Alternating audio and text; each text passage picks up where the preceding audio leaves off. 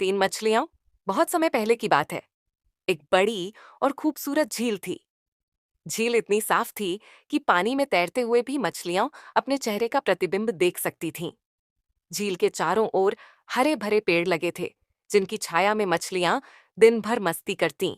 इस झील में तीन मछलियां रहती थीं, बुद्धिमती, चालाकी और आलसी। बुद्धिमती वह बहुत समझदार थी और भविष्य की चिंता हमेशा करती थी। चालाकी उसे अपनी चालाकी पर पूरा भरोसा था, लेकिन वह आखिरी समय पर ही कुछ उपाय सोचती थी। आलसी वह जिंदगी को मजे में जीने में विश्वास रखती थी। उसकी पसंदीदा लाइन थी, जो होगा देखा जाएगा। तीनों बचपन से दोस्त थीं और दिन भर झील में इधर उधर घूमतीं, पानी में गोते लगातीं और मस्ती करतीं। लेकिन एक समस्या थी, आलसी हमेशा सोती रहती थी। बुद्धिमती, अरे आलसी, उठ जा, तू हर वक्त सोती रहती है। आलसी, आंखें मलते हुए, क्या यार, अभी तो सुबह हुई है, थोड़ा और सो लेने दो।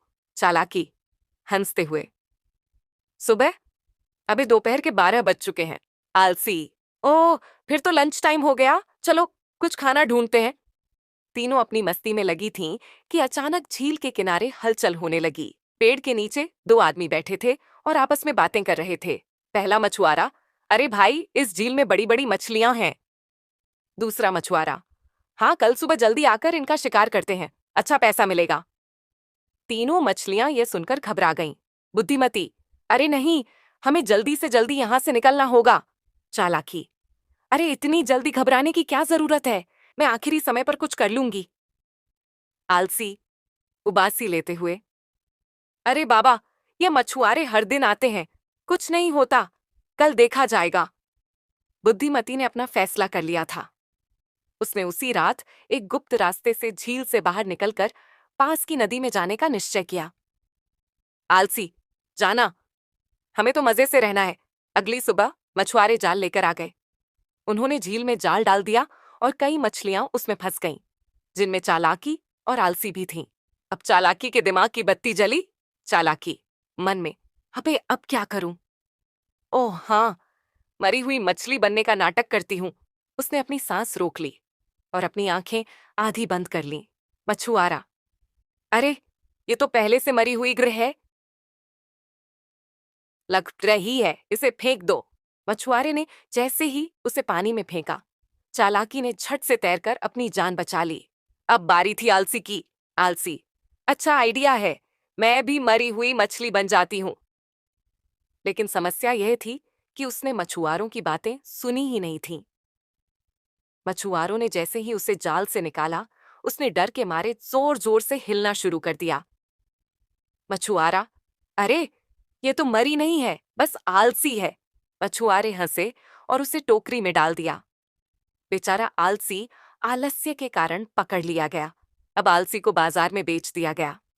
वह एक मोटे आदमी ने खरीद ली, जो बहुत बड़ा मछली प्रेमी था।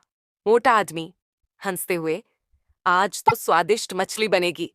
आलसी की हालत खराब थी।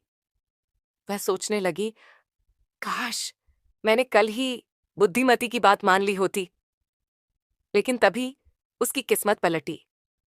उस घर का एक छोटा लड़का पिंटू बहुत दयालु था।